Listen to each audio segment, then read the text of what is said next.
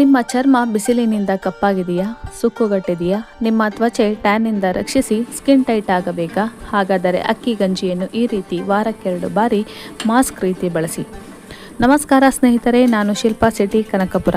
ನೀವು ನಮ್ಮ ಚಾನಲ್ನ ಹೊಸದಾಗಿ ನೋಡ್ತಿದ್ರೆ ಲೈಕ್ ಮಾಡಿ, ಹೆಚ್ಚು ಸ್ನೇಹಿತರಿಗೆ ಶೇರ್ ಮಾಡಿ, ಸಬ್ಸ್ಕ್ರೈಬ್ ಮಾಡಿ, ಹಾಗೆ ಬೆಲ್ ಐಕಾನ್ ಒತ್ತೋದನ್ನು ಮರೆಯಬೇಡಿ.